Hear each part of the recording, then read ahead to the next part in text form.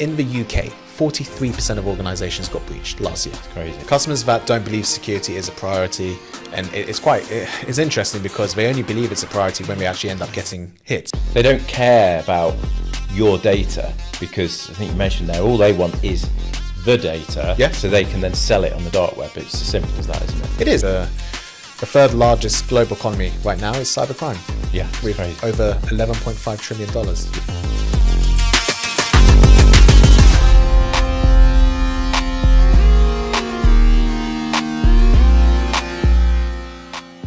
Hi everyone, and welcome to another episode of Truly Unplugged, and absolutely delighted to have a special guest with us today.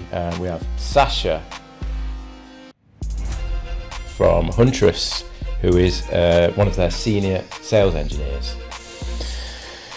So Sasha, thanks for coming in. Yeah, my pleasure. Second time in the office actually. It is indeed. Delighted to be back. Thank you so much for having me. No problem. You're always welcome. Work very closely with Huntress, so yeah, it's great to have you here. First thing I wanted to ask was we have a great apprenticeship program here at Truly SMB, which we're proud of. Works really well for us. We get apprentices in, start them off easy, setting laptops up and bits and bobs like that, and then progress them through. When you spoke, I've been in the IT industry a long time. When you used to speak to apprentices and things, they all want to become games developers. But now when you speak to them, it's usually, I want to get into cyber. Yeah. So really interested to know about your journey, how you got into it, and any, if you have got any advice for people who are budding. Of course. Cyber. So look, I've actually moved people who worked in recruitment, for example, into cybersecurity. So I always talk about my journey, and it started back in 2018 when I finished university, but it didn't start there. Okay, it really started as soon as I went into education. So when I did my A levels after GCSEs, I immediately went into IT. That was the fundamental kind of growth for me to be able to say, right, what within IT do I want to do? Is it software development? Is it security? And I just fell in love with security. And believe it or not, it wasn't cybersecurity I actually wanted to do when I started. Yeah. I actually wanted to be a police officer. Fine. I want to be a pilot. So it's always that. I mean, my parents were like, absolutely not. You're not going to be a police officer. It's too dangerous in London. So I went for the next best thing that I enjoyed and loved, which was technology. I went to university and I had a decision to make. Do I want to just do, maybe software development, or do I want to do computer network security? I started with computer network security and fell in love with technology and cybersecurity even more. It was then when I finished university in 2018, graduated, I then found a job being a technical support engineer. Okay. And I was focusing on firewalls, next-gen firewalls, companies like Palo Alto, Fortinet, etc., and focused more on cybersecurity there. Now, cybersecurity is an ever-growing, topic. It's a beautiful field. However, you need to keep up with the trends. Yeah. So the way that I did that was cybersecurity certifications. It could have been Security Plus, for example. It could have been something to do related to Cisco.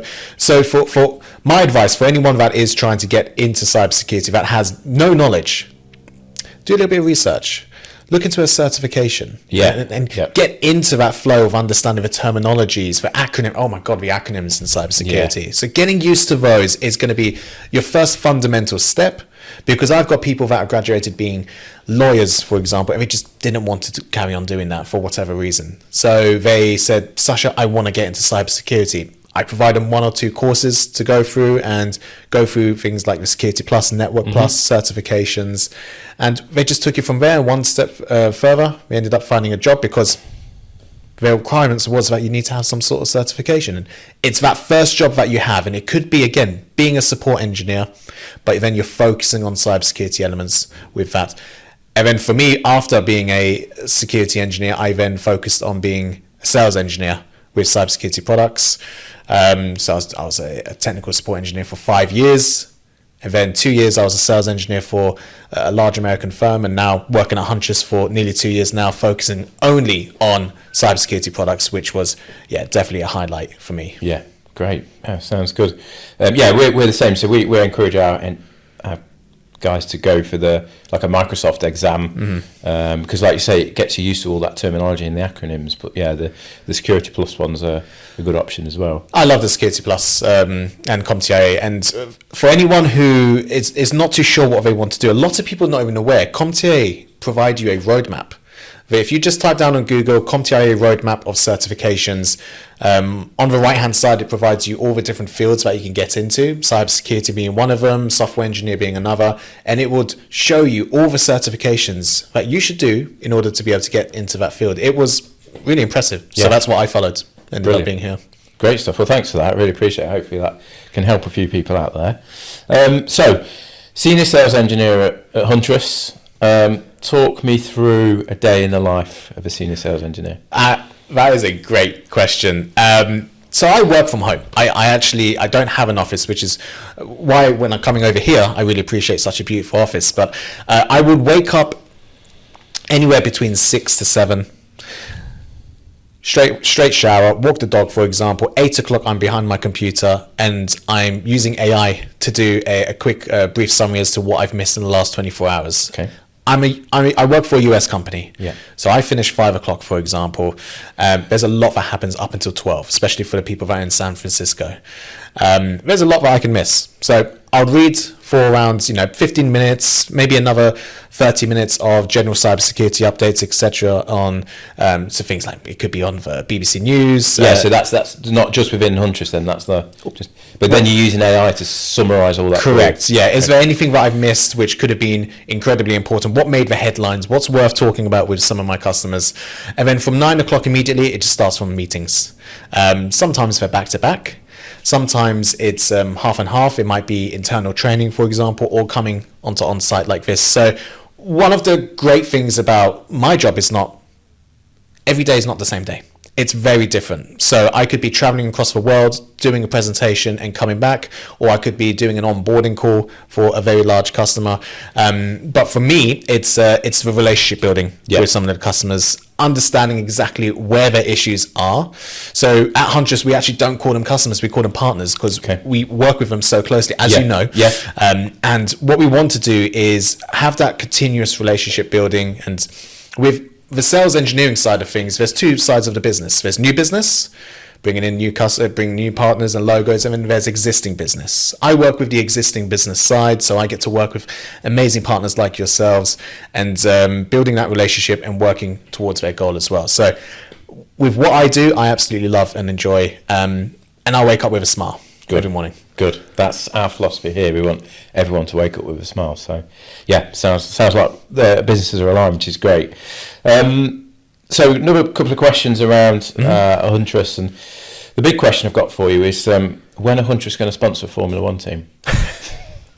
That is a really, really good question. Believe you me, I've been asking that question for a long time.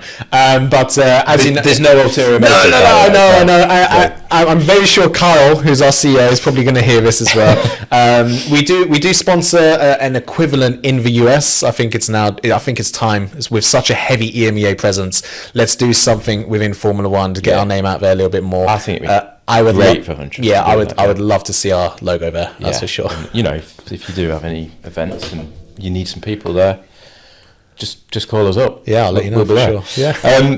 So, second thing I want to ask around Huntress then is why Huntress? Like, why have you chosen to work at Huntress? It's a really good question. So, the company that I used to work for before kind of teed me up to be able to work at Huntress, and I'm forever grateful. The reason why I moved to Huntress wasn't because I was unhappy with my previous role. It was because it's a security-focused company. They only do cybersecurity. And I wanted to work for a company that I generally do believe they're making an impact.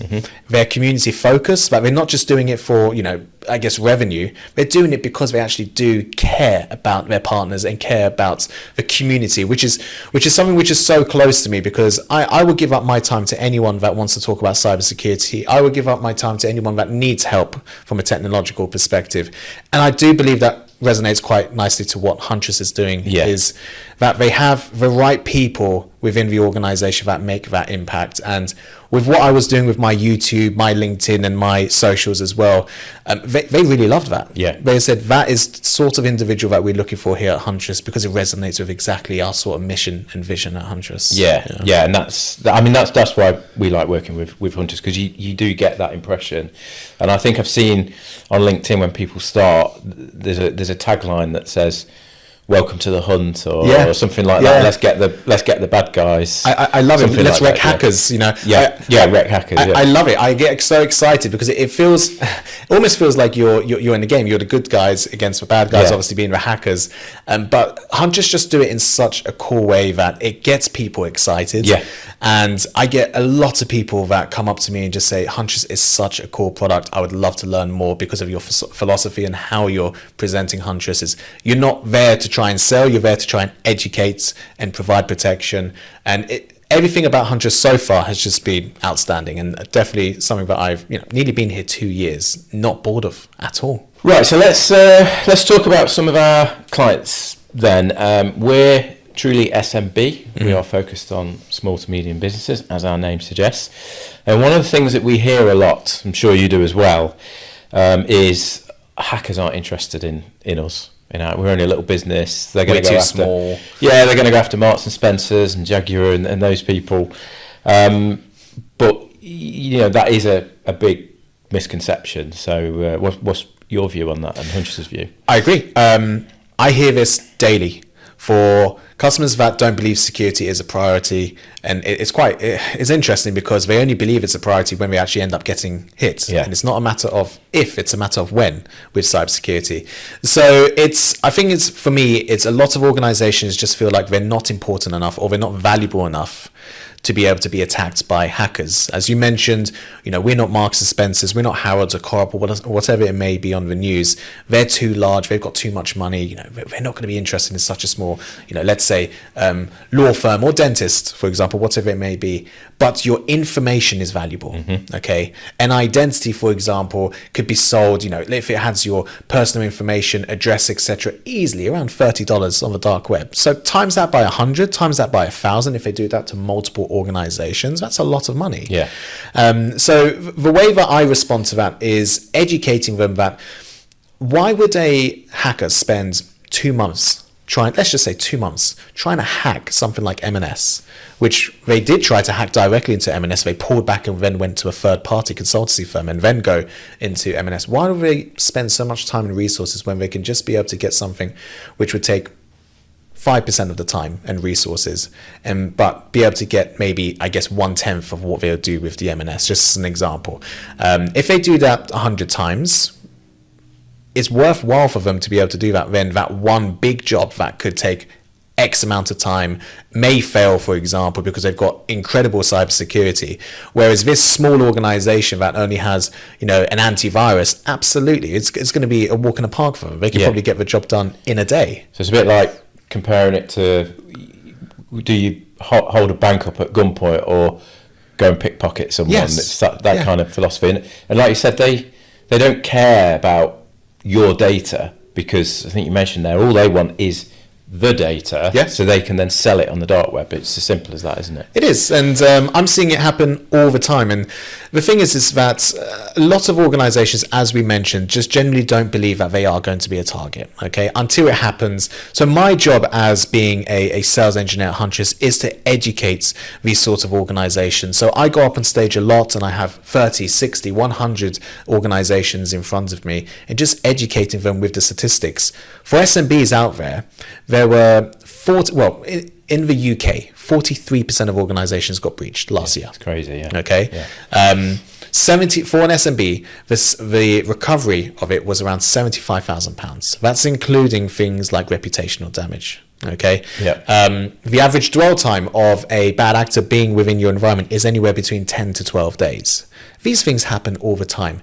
You may not even be aware it's happening right now. I never like to do scare tactics. I'm just providing you raw statistics. Is that a lot of organizations come up to us saying, we've been breached. We don't know what to do. Whereas the other organizations which are aware of what cybersecurity can be able to provide is, I'm glad that we've managed to put these in place right now, because if we didn't, we will be one of those X amount of percentage that got affected last year. Yeah. So that leads me nicely actually into my next question, because you mentioned a few sort of cyber security terms there, like dwell time. And like you say, we're not here to scaremonger people, but it is quite alarming when you realise that the way that hackers work with say a typical MSP is they might be in your systems for like a week or 2 weeks before they do anything, and they're just sort of sat waiting to pounce, waiting for that right moment. Oh, that email has come through which contains X details, for example. That's what I need. And the issue is that a lot of organizations don't have the right technologies, people, or processes in-house to be able to identify when something is unusual.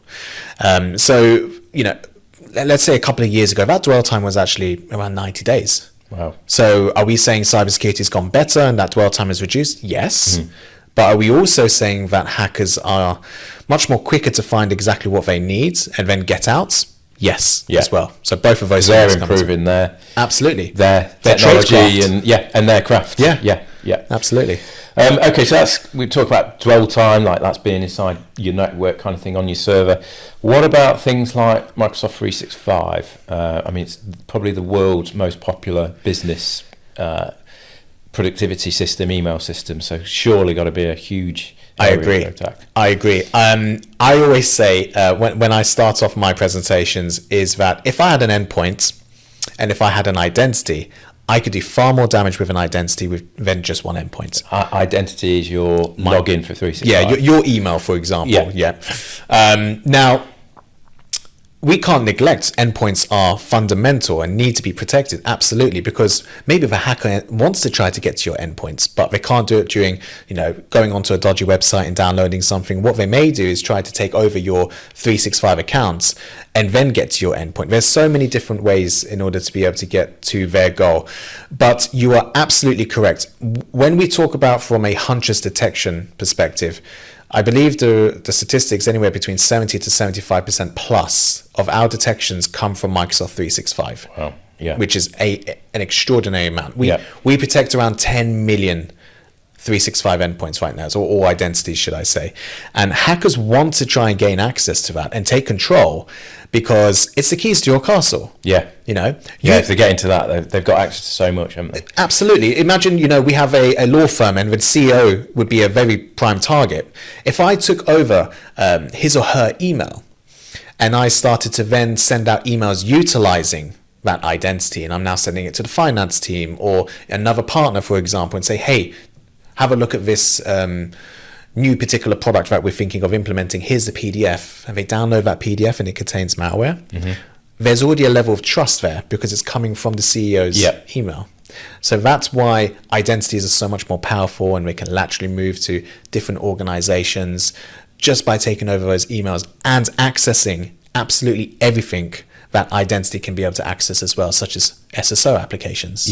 It's SharePoint, incredibly, absolutely. OneDrive, yes, all those things. All of those confidential and that's what we call lateral movement, isn't it? Where correct. They might get into your email, but then they can go laterally, moving around, get into all those other apps. Yes, moving around. And the statistic is that when a breach occurs, it can take, on average, anywhere between 40 to 45 minutes for them to laterally move to where they need to go to, which we'll get into in a moment as to how Huntress could be able to prevent that, etc. But it's very real, and it's happening now, and it's growing rapidly. So I think we had our cyber conference last year, and the third largest global economy right now is cybercrime. Yeah, it's with crazy. Over $11.5 trillion. Yeah, it's just nuts. Okay, so just staying on the theme of 365, before we get into the next topic, we're not getting too technical here, but one of the things that we tell our clients, absolute minimum on 365 is to have two-factor authentication enabled. So when you log in, you get the ping on your phone with a little code, which is a great security step. But I'm right in thinking that hackers can actually get around that nowadays. Yes, and it's not new. This attack, it's called token theft or session hijacking, is something that's been going on for 8+ years. However, it relies on humans not to click on something. And as we know, humans are getting more busier than ever. We are on our mobile phones. We're not able to see the sender emails. Let's take an example. If I'm an end user and I have Outlook on my mobile phone, you don't actually get to see the sender email. You have to click on the header and it drops down. So imagine if you had a beautiful template that looks identical to Microsoft 365. You're not going to look at the header, really. So those are the sort of things that catch you out. But you are absolutely right. MFA is something that I would say has to be mandatory, because it's another layer of defense that now the cyber criminals have to try and get past. Yeah. But the misconception that organizations have is, I've got MFA, Sasha, I am bulletproof. No one could be able to get past me. Well, I mentioned two things over. Token theft being one of them, which is pretty much the same as what I'm saying about session hijacking. Is that a hacker could try and steal something that is required for you to log on, such as your token. Okay. Now, a lot of people listening may be like, what's a token? So the analogy I give is, imagine we're going to a concert, okay, you and I. We're going to go watch our Taylor Swift, Beyonce, whatever it may be. Taylor Swift. Yeah, Taylor Swift, absolutely. And we're walking up to the venue, and then one of the members of staff said, right, Sasha, Tim, give us your identification, give us proof of purchase. Takes probably around 2-3 minutes to vet everything. Okay, right, you guys have purchased it, you guys are good. Here's your lanyard, here's your wristband, go straight in. We enjoy ourselves for 2.5 hours, but it's getting a bit chilly, so we want to go back into the car and grab another layer. So we walk out the venue, grab our stuff, we walk back in, but it's not the same member of staff that allowed us in at the first time. So this person has no idea who we are, but because we have our wristbands, because we have our lanyard, they allow us to go straight in. Hackers want to try and steal that wristband and lanyard. Right. Okay. If somebody took our wristband and lanyard, they could basically be us and just walk in. And that's what hackers are trying to steal when people are trying to log into Microsoft 365, because you have a combination of your email, your password, your MFA. If they have access to those three things, then they can be able to steal your token. Yeah. And there's tools out there, which we won't go into too much in depth, but there's tools out there that could be able to effectively steal that. And if anyone has ever seen my YouTube channel, there's a couple of videos of a tool called Evil Jinx that could just steal that telemetry very easily. You'll be an expert of it within an hour, and it's free to download. Yeah, it's crazy. It is crazy. It's scary. I'm not here to scare. I'm just here to give you a reality check. Yeah, absolutely. That's a great analogy, actually. The concept and the wristbands, etc. Mm-hmm. So thanks for that. Yeah, pleasure. Right, so you can't come into the Truly SMB office, and certainly can't come on the podcast without talking about AI. So a couple of questions around that. What are the hackers doing? And then conversely, what the Huntress do? But let's talk about, are hackers using AI, and if so, like how would they use it? I assume they do. I'm getting prepared for this one, because this is definitely something. Yeah, this is definitely something I get asked a lot, and on my presentations I talk about as well. Let's start with how Huntress uses AI. Okay, so Huntress always advertise themselves as a human-led SOC team, right? So it's always the humans that make the decision as to, right, we see a threat, it's a human that's going to be able to respond to that. Such as a SOC, sorry. Yeah, a SOC team, which is a Security Operations Center. Obviously, there's so many acronyms in cybersecurity. And a Security Operations Center is basically a 24/7 team that will be able to monitor your environments, detect any threats, but also have the opportunity to be able to respond to them as well. So it's real people within the SOC team. Watching, I mean, my vision is they're all sat in front of these screens and alarms going off maybe? Alarms going off, red lights everywhere when there's a threat. And, their job solely is to be able to monitor 24/7 if there's anything that happens. Because the question I ask a lot of people is, okay, you say that you've got good cybersecurity, but if something goes bang 1 o'clock in the morning, who wakes up? Yeah. Oh, we don't. We wait until the next day. When I was saying, well, the first 15 to 20 minutes of a cyber attack is the most crucial. So you're saying you potentially could be waiting, well, if it's a Friday, you could be waiting 2 business days, two actual days on the weekend. By then, we could only hope as to what's actually happened. So having that 24/7 team, that SOC team, allows us to be able to ensure that there are eyes on the environment, that we can respond to those threats. And Huntress always emphasize about the humans behind the technology. And I always say, in 2026, it's not hard to find good technologies out there. I think there are some beautiful vendors, but it's hard to find good people behind the technology. And that's where Huntress really separate themselves out compared to other vendors. But we do leverage AI. We have to. You know, with the amount of telemetry, we've got 5+ million endpoints globally that we have deployed. 10 constantly sending you data all the time. Absolutely. You know, we need to be able to digest that and then have a model that's going to be able to pick out those 1 or 2 incidents that needs to be flagged as a detection. So we use AI to ensure that, first of all, detections are being triggered where necessary, that the SOC team have the right information to start off with. This is so important because I remember back in the day, when I used to do something similar, just going through logs and looking at these different pages and trying to collect the information takes the most time. But now having AI allows our SOC team at the start, when a detector flags up, that they have the right information at the very start. And with a combination of the right people and the right technology, we have a statistic of a mean time to respond of 8 minutes, a false positive rate of 0.7%. And these numbers wouldn't be possible if it wasn't for those correct people behind the technology. Yeah. Now, to go back into, you know, that first question regarding how hackers are using AI now is, well, first of all organizations should start to utilize AI in some form. It's going to allow you to be more efficient. And in, you know, any organization that isn't using AI compared to an organization that is using AI would naturally fall behind. Yeah. Well, I think that the way you have described there at Huntress is kind of what we like to tell our clients.